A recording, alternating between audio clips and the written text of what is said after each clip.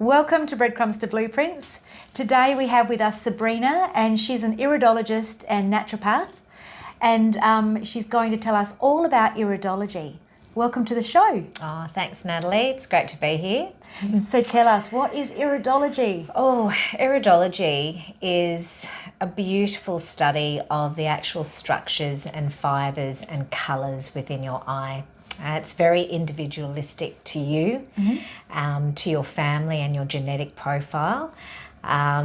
It's been dated back, I think, in some Vedic traditions, 3,000 years. Well, that's a long They've time. been looking into the eye and getting information, but it really was elevated by a Dr. Bernard Jensen, who really brought it to the Western world, took it to a point where it could be taught, it could be easily understood. And schools of iridology have students now graduating under that Bernard Jensen model. And where did he come from? He was American. American, Yeah, okay. yeah. So he went to the east and learnt about it. Is that? I think most of all of these practices come because of their own personal health journey and that sort of journey of, looking deeper, what can be done, what's not looked at properly. And so I don't really know how he came about it, but definitely he had an investigative mind. He was someone that asked questions and wasn't just going to be given an answer and you believe that and you keep going. He dug and dug and dug. And so iridology has been my life for 20 years. I find it absolutely fascinating.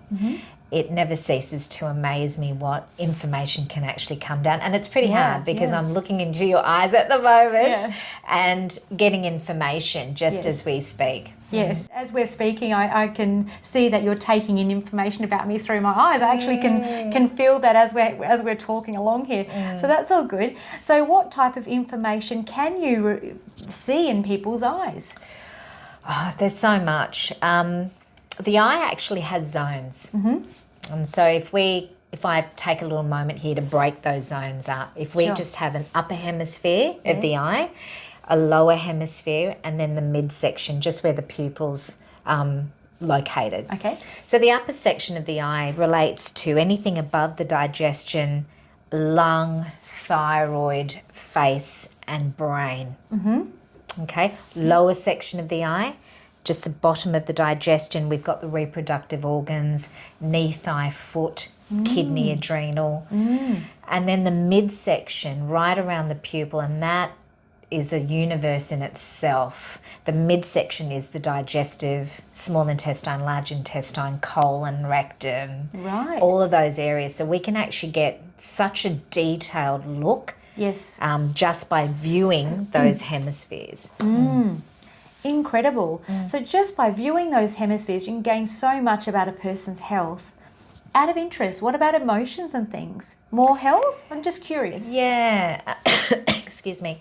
There is, there's all these different forms of iridology study that has branched off. And yes, you can do emotional health. I haven't studied a lot of that, but my main passion is the physiology. And let's say, for example, there are 4 categories of the arrangements of these fibres. First category, and they name it after fabrics. So I want you to think about silk. Okay. And I want you to think how strong silk is as a fibre. Yes. In the eye, the silk people have these very long, uniformed lines. Oh, okay. All right. And I think there's a chart that you could put on for everyone to see. Okay, I will put that on. Really And these extend from the pupil out to the edge of the corner, the coloured part. So you can really see is that right? The iris pupil. The iris pupil, yeah. So you can really see these beautiful uniform lines. And that represents this very strong constitution. Right. And then as these lines start to separate and then they start to waver, the constitution starts to get weaker and weaker. You'll start to see the stronger constitutions in their uniformity, and then the weaker ones that look like net. Imagine a net. Okay. Imagine Hessian. So Hessian you could pull up and you can actually see through. So this means that that body type is more vulnerable, more weaker. But they're in a sense, not a lesser type of person. It just means they regulate their health a lot more. They know when to stop. They're the ones that walk out of the room going, I'm stressed, I can't deal with it. That's done. Okay. Yeah. So a lot of people say, oh, I'm really strong. That's fantastic. No one's stronger than the other. It just means that, you know, the silk linen, they push their boundaries. They're the ones that just know that they can bounce back, so they just go. And then they're vulnerable. Yes. They're vulnerable. They crash. Yeah. So what are the common things that you see in people's eyes, and how do you help them with that information? Well, common things I can see are mineral deficiencies. So I know when magnesium's really low, there's a certain sign that shows contraction in the body. Okay. I know when the saliva has actually changed their digestive element. There's a sign called the stomach halo, and that means that their enzymes have actually dropped. So digestion is actually an issue. I see. I can see whether they're actually eliminating well, or they're actually storing fecal matter. Right. Whoa, lots of information. Yes. I then can see what the lymph is doing. You know, the lymph system is responsible for moving toxicity out. And if there's a stagnation in that, I can then help suggest ways in which they can actually improve that, move these wastes out of their body instead of it sort of sitting here and causing issues. So do you diagnose from the eyes in your occupation as a naturopath? I lean on it a lot. Somebody might come and see me and they say, look, I'm having X, Y, and Z. And I'll take a photograph of their eye and I'll sit with that eye for a moment or two and sort of just see what actually comes out. And I love the body being the barometer. I love the body showing me where to go, because my rationale might be not exactly pinpointing that particular person. Okay. So we also look at nails, we look at tongues, we look at, you know, skin colorization, to give us these validations that there could be something that's just not working properly. Isn't it incredible that the eye can give so much information? Oh, it's a gift. It is. Not only physically, but the eyes, you know, the windows to the soul and the body. Exactly. And exactly. Yeah. I find people sitting in front of the camera, they get very overwhelmed, because it's almost like when you go to a dentist and somebody's peering into your mouth. It's such a private, sacred place of oneself, whereas the eyes are also holding that sort of feeling. Okay. And when we spoke last, I remember you telling me about the colour of the eyes. Some eyes are actually just say blue, but because there's stuff going on in their body, they're not representing blue. They're coming through as different colours. Could you please tell us a bit more about that? Yeah, it's in iridology we've only got two colours. You're either blue or you're brown. But what I do see a lot of are these blue eyes, which are discoloured. So there's a discoloration sitting over the blue. Very, very easily seen once a picture is taken, you know, and you can sort of see the hues starting to show through. What actually is happening there for that brownish tone, hazel tone, green tone that you might see or you might think you have, it can be a combination of things. It can be inherited weaknesses. So for example, I was working and I had a few generations, so grandmother, her daughter, her daughter's daughter. So I could actually see in these three sets of eyes this genetic predisposition. So the 4-year-old child, when I took the photograph, hadn't lived on the planet long enough to have these adult eyes. So she had pulled through these very weakening points. And so those brownie tones, the hazel tones, discoloration of any sort means waste storage. Waste storage, yeah. So it means that you're not eliminating very well. Yes. It means there's problems in the bladder, the bowel, the skin, the lung, the lymph is stagnant. And it can just build and build. But it also can be an inherited sort of situation, just like this 4-year-old. She hadn't lived long enough, 4 years on the planet, to have these, to have that in the eyes. Yeah. I get that. Yeah. Well, that's really great. You know, I do something called biofeedback, and the liver comes up a lot, the gallbladder and the liver. With most people comes up a lot, and it's interesting, isn't it, how in the voice can reveal that, but you're revealing it through the eyes. And so I want to ask this question. The reason why I'm saying this is because with what I use, I can see that there's, you know, parasites are involved. And so I wondered too whether then when you see that, that stagnation, do you treat for parasites? Yeah, so there's a particular Yeah. sign, and they call it the radiosolaris sign, and it's where just from the actual pupil there are these furrows, these very dark lines that start to appear. They look like channels. And once that's there, you have to ask the question of, you know, parasitic infection. Have they been overseas, let's say the Asian countries? Have they been worming themselves since they've got back? Yes. We all have candida, parasites, worms. Absolutely. It's when it gets out of ratio is the issue Yes. here. Yes, so that's always the undercurrent of my work too, just to make sure that the bowel's clean. Yes. You know, bowel's clean, that lower colon's functioning really well. Yeah. So how long would it take a person, if that was their problem, that you diagnosed through their eyes and you put them on a regime or supplements as well, how long would it be? I guess it's hard to say. And then it's a good question, because that's what I get asked. You know, these are my goals, and I usually ask them, what would you like to feel? What do you want to use this session to actually gain more understanding? And they will give me 3 or 4 things. Yes. And then once I gather everything, and usually what I see is that we have to do more testing. We might have to do a food intolerance test. They might have to give me a stool test, just to gather that information. And then after that, I can make a good call by saying, you know, this is going to be 90 days. Okay. This is going to be 6 months. But there's a general rule of thumb in naturopathy, is for every year that you have been unwell, it takes 6 months to undo. So if you are 5 years of struggling with your health journey, then you do the math. 2.5 years to recover.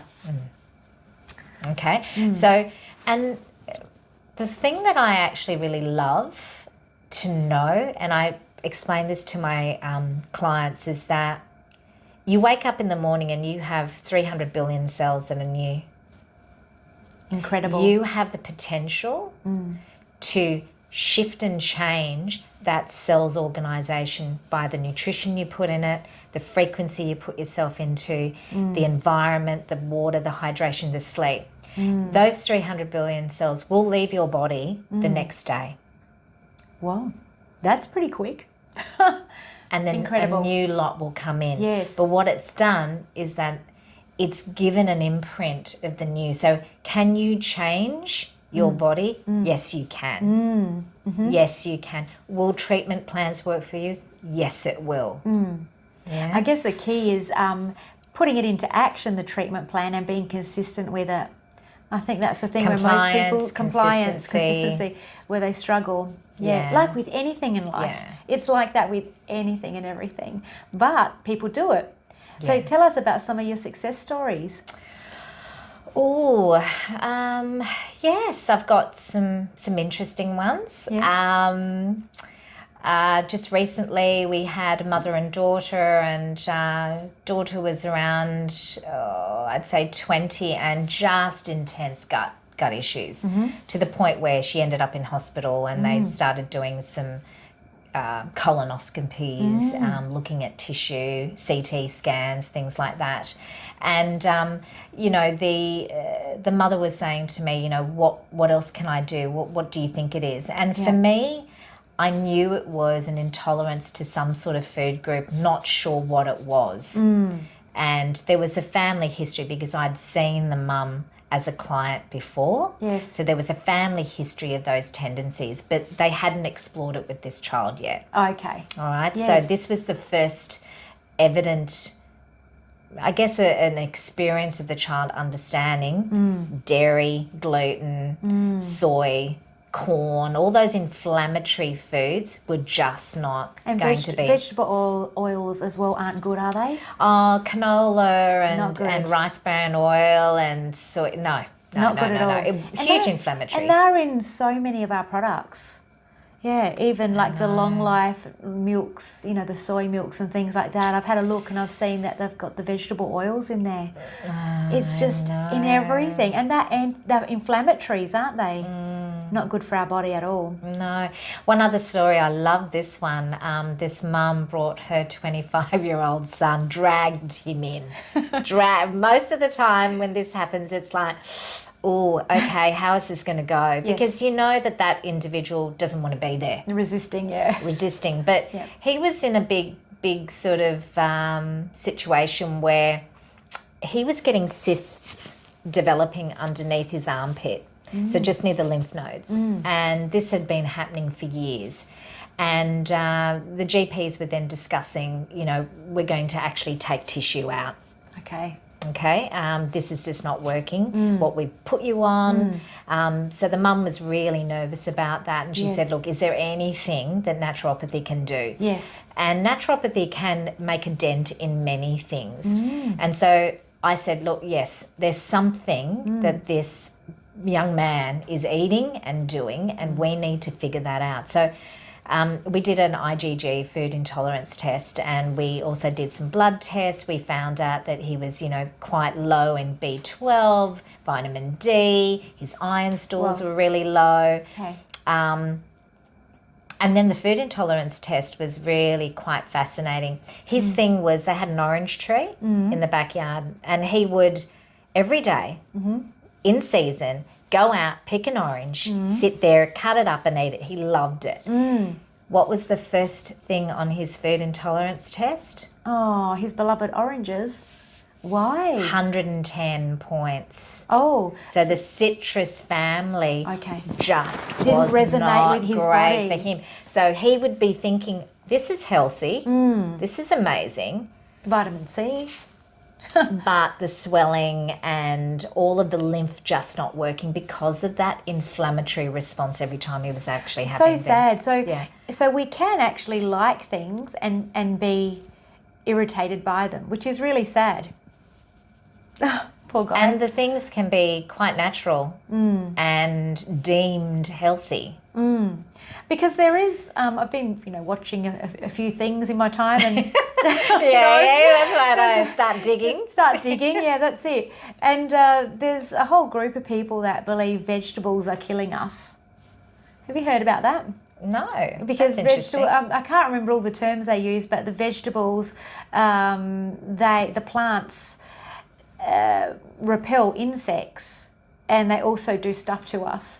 But anyway, that's another story. I just wondered if you heard about that and knew about that as well. There's so many things out there, and it can get really confusing. It but can. But I love what you do, because you bring it back. You've got physical evidence by the eyes, you know, being the talking to you without words, reflecting what's actually happening in the body, and then you're able to turn that around. I just think that is incredible. Yeah. No, it's really interesting. I was thinking about this boy too, as I was just talking about him. After 6 months of being in the treatment, his whole physiology had changed. He actually looked different. He had so much energy. It was just unbelievable. And one of the things that was very amazing was we retook the photo of his original eye, and we took another one. So we actually got to see 6 months treatment and the development, and it was just astounding. You know. And did he have blue eyes? He did, but he had discoloration, and that really lifted. Okay. Yeah, can you completely get rid of discoloration from eyes that have... there's one of these shots that you might put on for everyone to see. Yes, but, I will, I had this one is actually a textbook one, which I'll show the audience, but it's a blue eye, and it comes across so brown. But after 6 months, you can actually see it's gone yellow. So it's actually that discoloration has really lifted. Just so long as you get the systems right, if you actually are on a good treatment plan and you're understanding the physiology and how it needs to work, you know, it's not just food. You know, it's not just vitamins and minerals. It's just a whole holistic plan and to be done well. And also too, there's an AM body, there's a morning body, and then there's a PM body. So it's not just about downing all of this supplementation, smoothies, juices in one go and tick, I've done it. Yes. It's understanding that rhythm, The rhythms of the body. The winter body, the spring body, the autumn body. What does it crave? At the moment, we're all craving fat. Why? We're cold. Winter, that's it. We are cold. Yes. So it's a primal... innate sort of instinctive thing. Survival. Yeah, absolutely. Summer, we crave fluids. Why? We're hot. Fruits. Yeah. Things. Spring, what do we want? We want to clean out this dormancy of winter. And so this is great to do colonics then. Detoxes, really, you know, use that season. Yes. There's so much involved in this field. I can see why you love it so much. Yeah, I do. Yeah. I do. So if somebody's interested in following a path in iridology, where can they study this? There's many courses that's available, and it is part of the naturopathy course, which I understand is around 4 years. But you can then just stream off and specialise in iridology for yourself. Here in South Australia, the Endeavour College, I'm sure, in Curry Street. Oh, yes. Yeah, Another one, Curry Street. They would be doing courses there. There are some online courses, but I would try and see if you could actually get into a classroom, you know, a physical classroom. It's really interesting when you have that dynamic around you and you've got a group that's studying together. And then, you know, again, there's so many books on, you know, Amazon. At the moment, I'm just finishing off and getting ready to launch animal iridology. So we're doing dogs, cats, horses. Oh, that's different. Yes, yes. So that... Writing books? No, actually doing treatments. Oh, treatments? Yeah, so going out, taking a photograph of the eye of the actual animal and then sitting down with the owner and really helping them to understand the digestive system and what could we possibly assist. That's incredible because they can't speak. Your animals can't talk. No. So the eyes can talk for them. I love this. That's excellent. Yeah, so we felt that it was a big need, and there is, especially in the UK and America, it's quite big. Not sure of Australia just yet, but for me, it's another eye, right? So why not use it? And especially, we've got people that love their pets, you know, and they spend lots of money to help them get the best life that they can. And especially if they're sick, what direction do we need to go? So when you look at people's tongues and people's fingernails, is that a way of validating what you see in their eyes? Absolutely, Natalie. So what happens is in the consult, what we do is we actually take the photograph of the eyes, we have a discussion, and then I go a little bit further. I want to have a look at the tongue. The tongue can give me ideas about liver, acidity in the body, what's the calcium ratio to silica. It's really, really important. Is the tongue long? Is it shiny? Is it coated?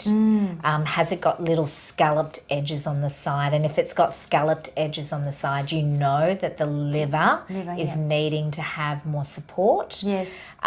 Nails are amazing, and you know, I'm always looking at kids' nails because, you know, they're there and, you know, trying to help mums and dads with your nutrition for the child. But nails, if you see, and I'll give the viewers a tip, if you see long ridges from the nail bed down, that is a sign of silica depletion. Okay. Okay, and we really need silica. We are sold the story of calcium. Yes. But I want to tell you a little story about silica and calcium. Yes. And I love this story because it really paints the picture as to why silica is so important for us. So as the fetus is developing in the mother's womb, Yes. that tissue, that fetus tissue is full of silica. Why? Silica is the mineral to keep you flexible. So as you're growing in the abdomen, you're crunched and you don't have much space in this sac. Quite malleable. You have to be malleable and flexible. Yes. Once birthed, there's a biochemical reaction that happens and silica steps back and calcium comes forward. Okay. Why? The bones have to be nice and strong to walk. Walk, yes. Right? Yes. So then we calcify. All right? Yes. Why? We have to walk. We have to be upright and strong. Yes. Calcium hardens. Silica softens. So as we're aging, we're getting harder. So we need silica more than... Yeah, I know about this. I know about this. I was reading about it on the weekend. Can you believe it? Oh, yes, okay. yeah. There's they were saying it's just we're not given the right information. Yes, but please explain more to the viewers. Like we're not given the right information.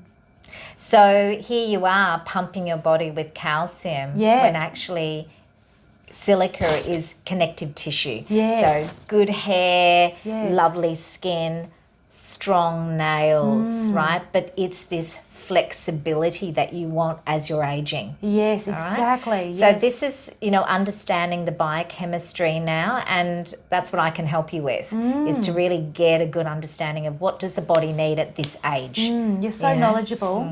Yeah. So silica is what you need. Silica, don't be afraid of silica, take it. One of the products I love to use is diatomaceous earth. Usually people give that to their chooks when they have diarrhea, but as a food grade for humans, it's a great gentle bowel detoxifier, but it's rich in silica and it tastes like chalk. It hasn't got this offensive taste, but it just is so noticeable in the body when you're taking it. How long before you would see an effect? Oh, look, I would definitely say at least give it a couple of months. Give it a couple of months and you'll start to see that, the nails start to toughen up, the ridging. Ridging sometimes, especially when I'm seeing clients, say, in their 60s, 70s, the ridging is years of depletion. So it can't happen like that. It's almost like the nail has been like a bit of cardboard folded over. Like it's... You've described it beautifully. Beautifully. Have you seen that? I have, yes. Yeah. And it's like so... And you've got to look at their body and see how they're moving. Somebody rich in silica, you can watch them and go, wow, they've got that silica really traveling well in their body. Yeah. What about biotin? Because that's meant to be for hair, skin and nails as well. Silicas, I would say silica, yeah. Go with the silica. Go with silica. And with the nails as well, tell me if this is incorrect information, but I think I read somewhere that a white fleck in a nail can mean the person's eating too many carbs. Oh, have you heard of that interesting. I haven't heard too many carbs, but white fleck in the nail is also another validation for silica. Oh, okay. Some people used to say it was zinc spots, but it's definitely, from where I've learned and my sort of trade, it's another validation for the silica. You would know. Yeah, and also sometimes calcium, the disturbance of calcium can sort of bring a white spot as well. But calcium and silica, there are these marriages with minerals, right? So, for example, calcium and magnesium. If you've got too much calcium, then your magnesium is going to be low. So you really want these ratios to be quite nice and even. If you've got too much copper, you're blocking zinc coming in. Yes. And someone with a high copper load might be seeing in their body intolerances, chemical sensitivities, things like that. So we can test the hair. Right. And the hair will show a 4-week profile of their stored minerals, which is wonderful, better than blood. Better than blood. Better than blood. A piece of hair is better than blood for finding out your stored minerals. And metals. And metals. Heavy metal? Yeah. Heavy metal toxicity? Yeah. Whoa. So the army used to use pubic hair for heavy metal toxicity, under armpit and pubic hair to do that for drugs and things like that. But here, as a naturopath, we can take virgin hair that hasn't been dyed, coloured, and have a little look at that. So it's so fantastic, the information that we can get just by knowing where to go. Knowing where to look for it and how to extract the information. Absolutely. And I have some other questions now that have popped up. That's good. Yeah, these are the words. So I would like to know iodine. I would like to know about seroseptase, if that's how you say it correctly. And the magnesium. Yeah. I think these are 3 things that are hard to get into the body. Are we depleted, would you say? Yeah, it's interesting, isn't it? What I see in clinic in the deficiencies is definitely iodine. I've been noticing a massive trend with thyroid, and there's a sign in the eye that can actually navigate you to the thyroid depletion. Okay. But again, we've got to even go back a little bit, because is it actually the thyroid, or is it a genetic mutation, MTHFR? Because that's it. We have lots of, I think, is there 9 genetic mutations? Yes, and there's tests for that as well now too. So I can sort of order those ones for people as well. Okay. So again, it's about really rolling back and trying to get to the root cause of it. So for example, if your MTHFR gene mutation, the lesser harmful one, you're always going to have problems converting things, taking food in, taking supplements in, breaking them down. There will always be this struggle. So you're always needing to make sure that your vitamins are methylated. You can't just go and get a B vitamin off the shelf and... No. It have to be a particular type of preparation. That's it. Yeah. Otherwise you won't absorb it. So, somebody that's MTHFR, but they're showing some thyroid issues. What is it? Thyroid or the gene mutation? It's the gene mutation. That's the first primary thing. That's the first thing. Yeah. Then you go, okay, well, what is this person eating? Yes. What does the thyroid love? Yes. Loves D. Yes. It loves the sun. iodine, it loves zinc. Yes. And you'll find that these individuals usually have been low for years. So this is just the next level of the body going, help. I'm feeling now low mood, I'm putting on weight. Would you say low fertility as well? Oh, yes. It reduces fertility. Yeah, reduces. So I like to bring that up so people are listening going, oh, maybe I should get that checked out. Yes. If you're having trouble. Yeah, it's so bang on. Yes. I had a client who was miscarrying. And the eye showed this separation right around the thyroid. And I said, look, I really think you need to get some investigation with this organ. And she said, it's all been fine. And I said, no, you've got to test the antibodies. You've got to pound your fist on that GP's table. Tell them what you want. Yes. Tell them what you want. Yes. And sure enough, Hashimoto's. She rang me up and she said, OMG. And she did carry to term. All right. There you go. So again.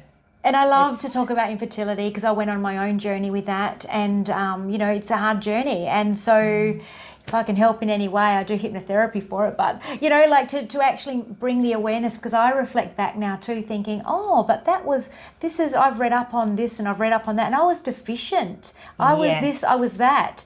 Now I understand. If I had known that in the beginning, maybe I wouldn't have even had to go down that track, to be honest. Yeah. I worked in my internship, at Francesca Nash Infertility Clinic in Waverley in New South Wales, where I'm from. Okay. I saw miracle babies being born.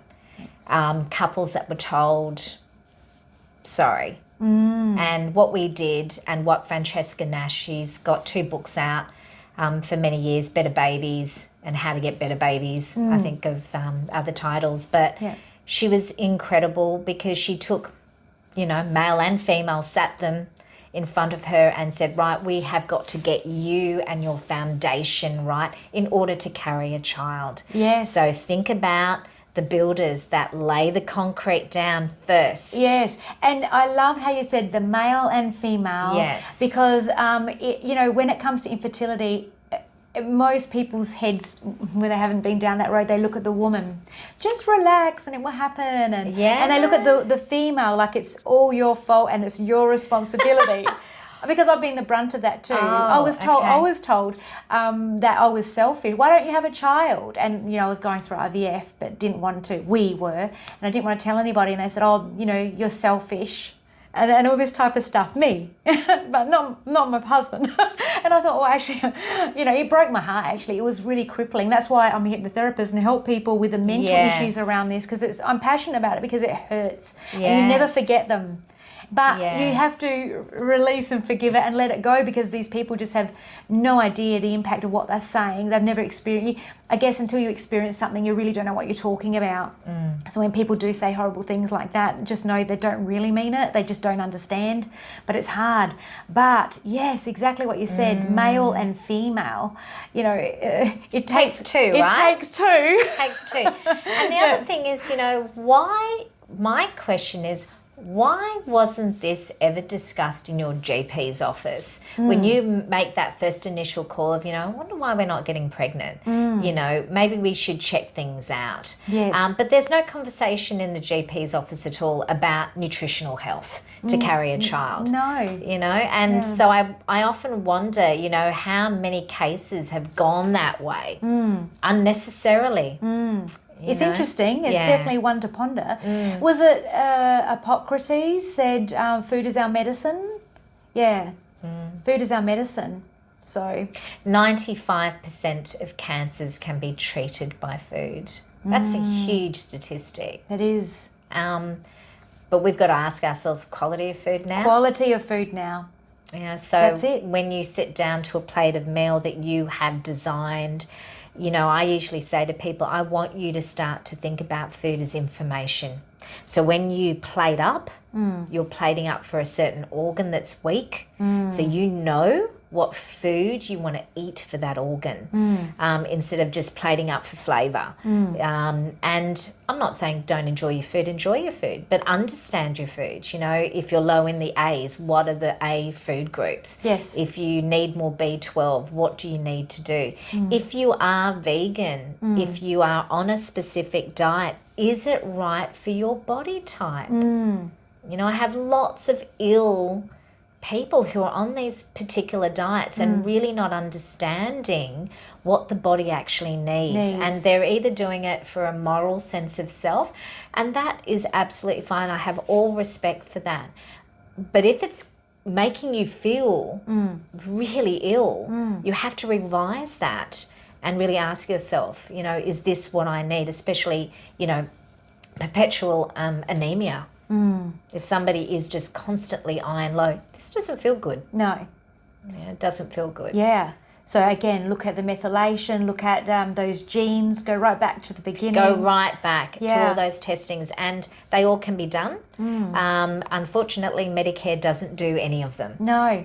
So save up a bit of money and go and have the test. Invest in yourself. It's your life. It's your life. And really, when you look at that cost of then the quality of your life, health-wise and mentally as well, because your health affects your mind, holistically. How many people have been diagnosed with anxiety when it's actually not anxiety? Yeah.